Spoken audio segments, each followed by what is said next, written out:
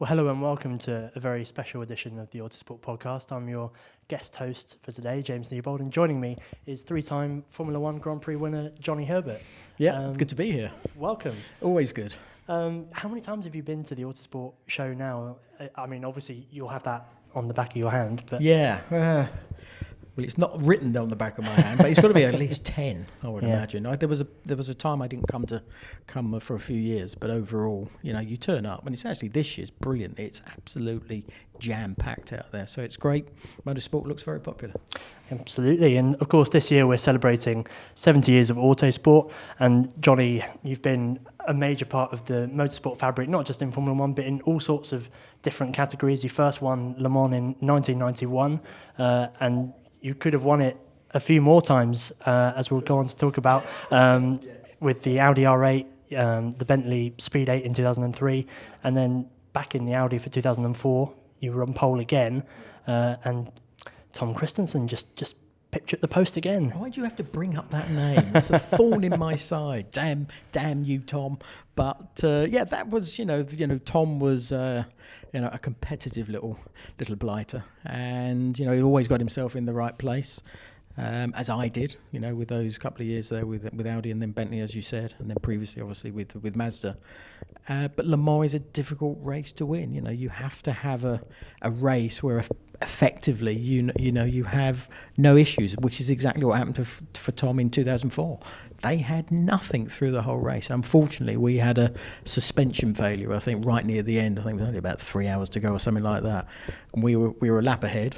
We lost a lap and a little bit more, and then we ended up behind, and then we got within, I think, 12 seconds at one point. I think I actually went a bit less, about 8 seconds at one point, and we lost by 20. It was just a really frustrating race. But that is Le Mans. We were very lucky when we won with Mazda in 91.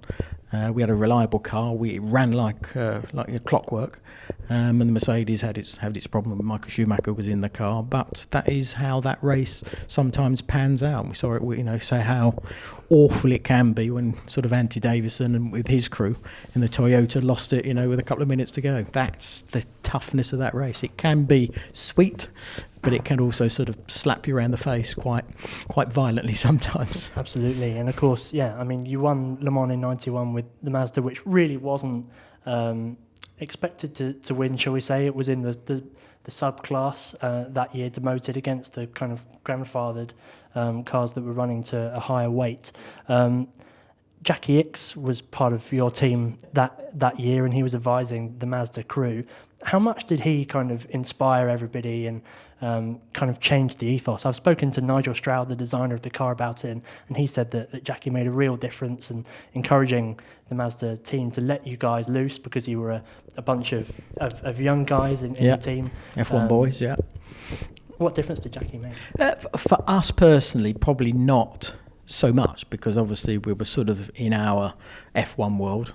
We got that opportunity to drive for Mazda, obviously in 1990 as well, where we didn't actually finish the race. But we were aware that we were given sort of free rein to do sort of what we wanted. But I think, like Nigel said to you, I think what Jackie was very good at was getting the people around us in the right frame of mind to be able to produce the best from us, which is why I said it ran like a clockwork during the race. There wasn't any issues.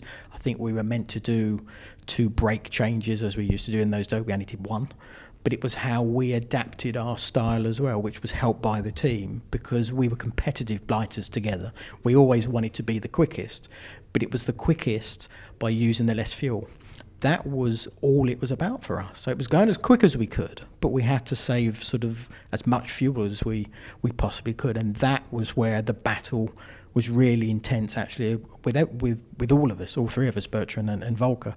But that was a good positive thing, because it only brought the best from us. It made us sort of think much, much more, which was very positive in the outcome of the race at the end, because we did save so much fuel. We were able to still do a competitive time. Yeah, the Mercedes was quicker. It was quicker than everything out on the track.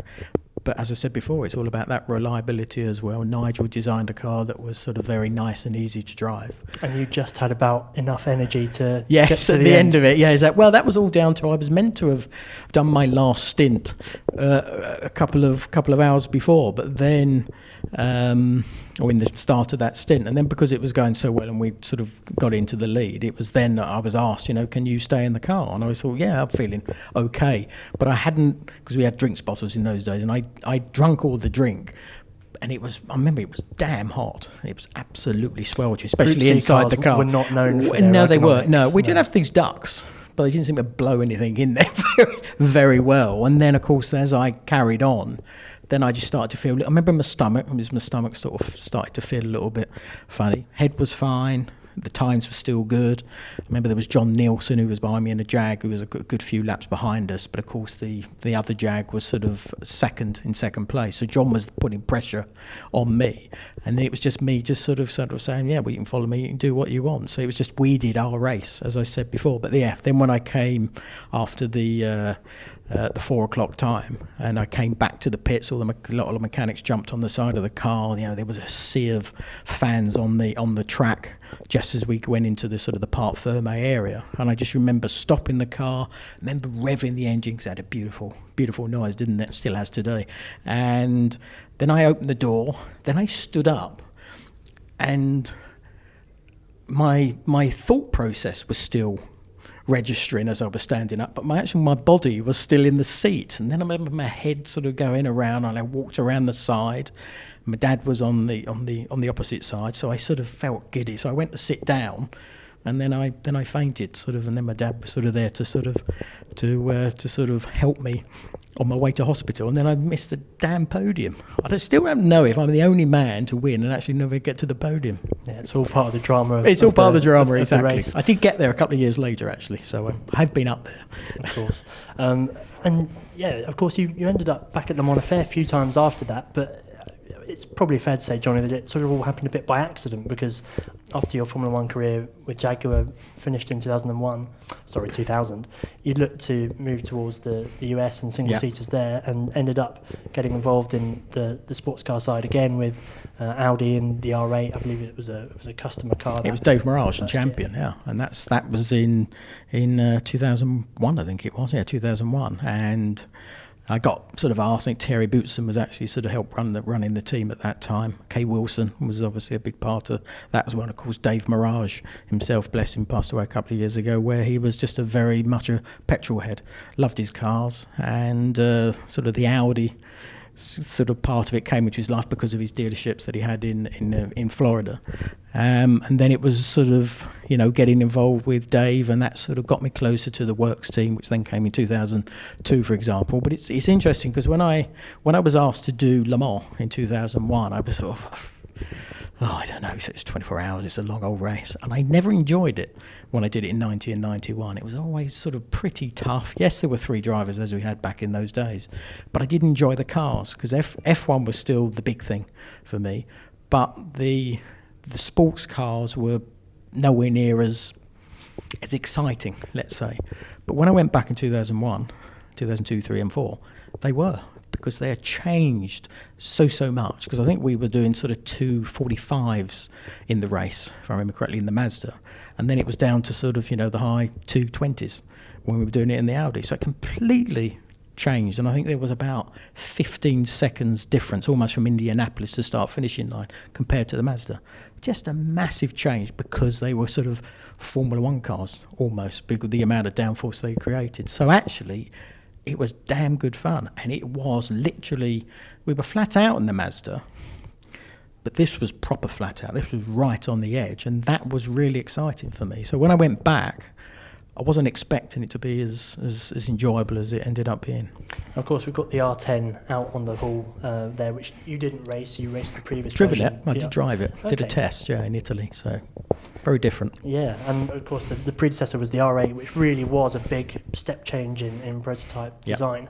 But you raced against the R8, of course, in the Bentley, which annihilated, it's fair to say, the Audis in 2003. Yeah. And that really does stand as a race that perhaps you could have won. You were there with Mark Blundell and David Brabham in your car. Yeah. And just had the 2 battery changes, I believe. No, it's 3, I think. 3. We should have had a 4th, but it was actually, we got to the end. It wouldn't have restarted when we did it, yeah. But it all started in the very first stint with David. I think he'd done about I think it was about 5 laps or something or other, and the headrest came off. So he had to do an early pit stop to just take out the headrest, and then they could sort of fix it once we sort of did the driver change after that. But straight away we sort of we had a problem. We thought, okay, early, we're out of sync now with obviously the pit stop. Speed was good because we were sort of leading at that point, so everything was looking pretty okay. But of course then later on, I think it was in the first 5 hours, I think it was, the first battery had an issue, came in, stopped, wouldn't restart.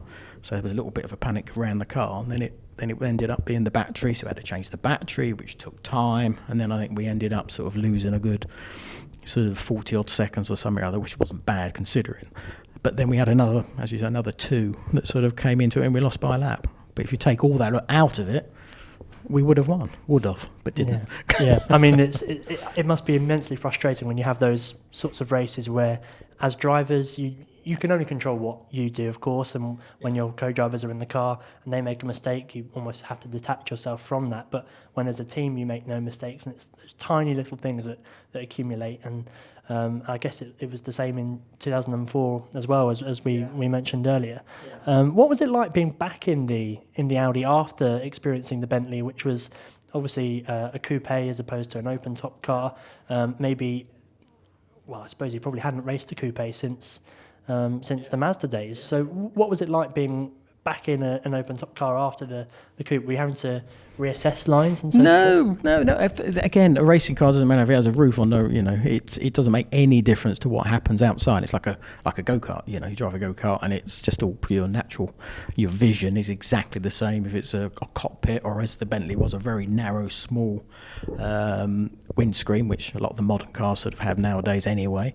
But it was the first that sort of started to do that. And of course, with the Bentley, everyone thought it was just a copy of an Audi, but it wasn't. It was a completely brand new chassis. Aerodynamics were completely different. Yeah, we had the power unit with the gearbox itself, so the combustion sort of side of it was the same, but it was all down to sort of the aerodynamics and everything else. And my, she was a beautiful looking machine as well. And of course then there was the history of what Bentley had all the success at Le Mans itself, and being sort of one of the Bentley boys was really important to all of us, being there was 2.5 Brits in the car, with Brabham being the sort of the Brit Australian. But it was really good, lovely pairing, really all got on together, and frustrating, yes, but then jumping into the Audi back in 2004, obviously against Alan McNish, who was in sort of the other car with his guys, Pierre,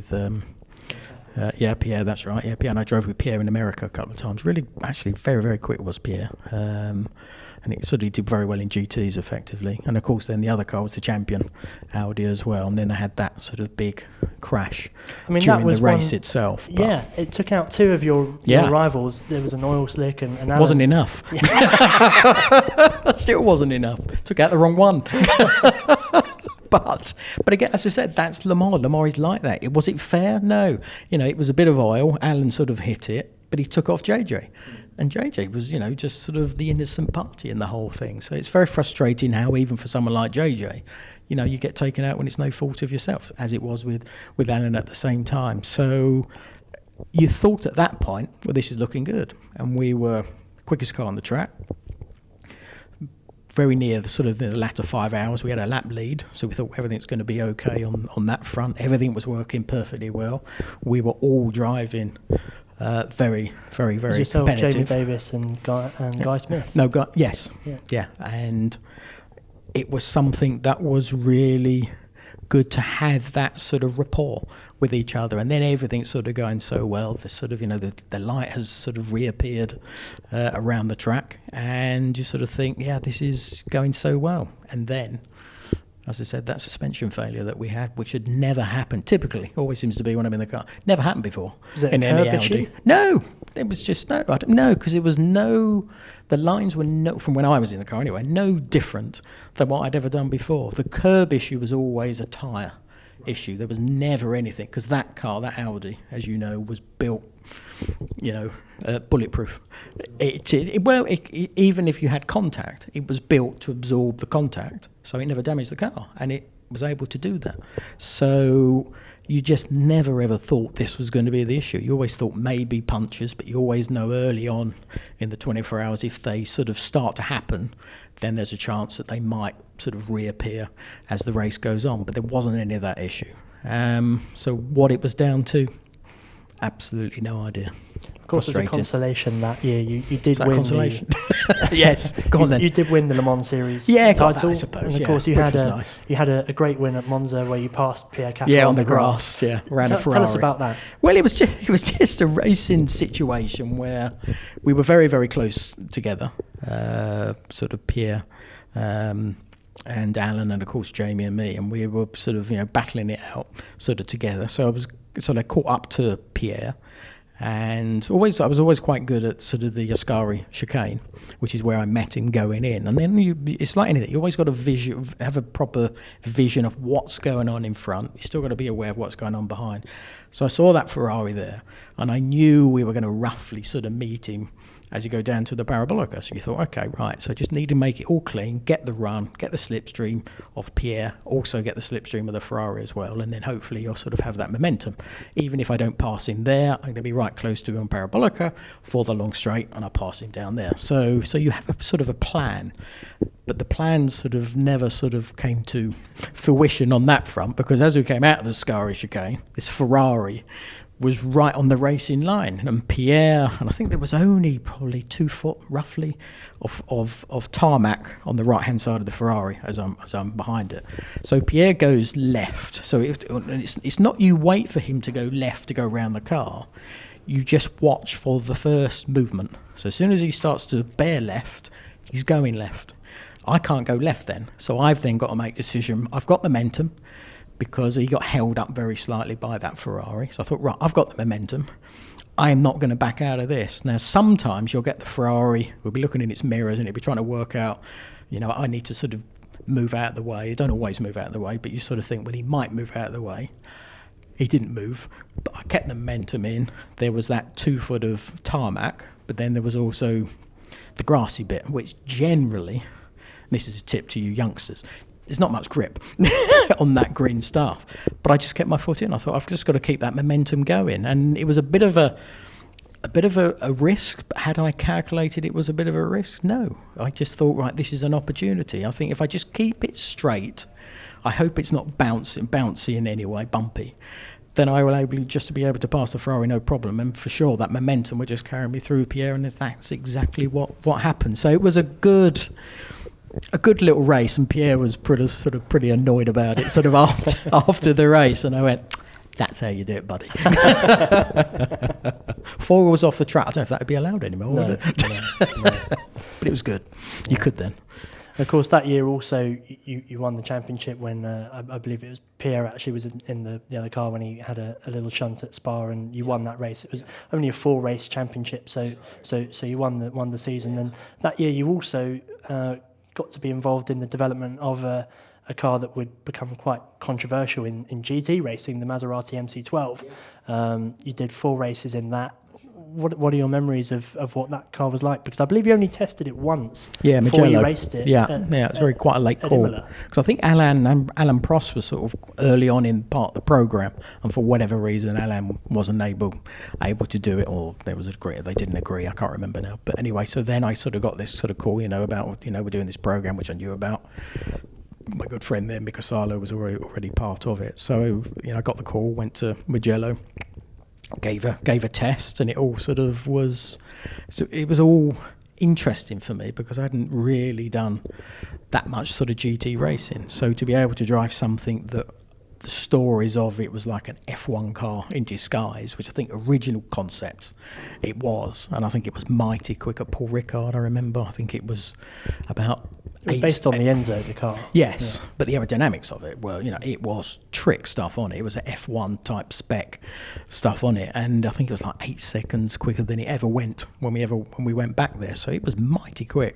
But I know the diffuser got sort of chopped a bit. The rear wing got made smaller as well. I think a lot of the the sort of little aerodynamic changes on the side, or the little barge balls that it had, they got changed as well. So there's a lot of change that came our way, but it was still a great race car, and we were, racing up against the Ferraris, which always had an advantage when it was down to qualifying for some reason. We never really were able to sort of get an extra bit of speed out of it. When it came down to the race, she was a beautiful thing to drive, just very, very consistent. The Pirelli tyres always worked brilliantly as well. Sadly, we didn't win a race, which was really annoying on my side. Mika was able to win some with Bertolini, but we never won some. But it was mighty competitive, and thoroughly enjoyed it. A beautiful machine that you still see today. She's a big girl, but she was very nimble when you got in it, and it was just nice. Maserati, the history of it, and it was lovely being in part of the team, visiting Modena where they build the road cars themselves. Martin Leach was part of it as well. I know Martin when I was doing karting. Yeah, so Martin was a big part of it. We did the Ferrari celebration that they do in Monza, and Maserati were part of that. Martin Leach was there driving the car around as well. So Martin was always a bit of a petrol head, but being he was the head man at Maserati, it was good to sort of be with him as well. But just the whole program was lovely. It's a shame it was so short, but at the end of the day, I'm glad I did it. On for 2005, or was that not on the card? As far as I'm aware, there were the factory side of it was always the issue. It did carry on a little bit more after that, but as a factory, yes, that sort of came to an end, which is a shame. But they did and showed what the car was able to do, which then when it became a customer car, and it was very successful. Very much so. Yeah. Well, we're going to have to wrap up there, but thank you very much to more Johnny. to talk about. Gone for hours, couldn't we? Absolutely. Thank you very much, Johnny, No problem. for taking the time, and we hope you enjoyed this special edition of the Autosport podcast.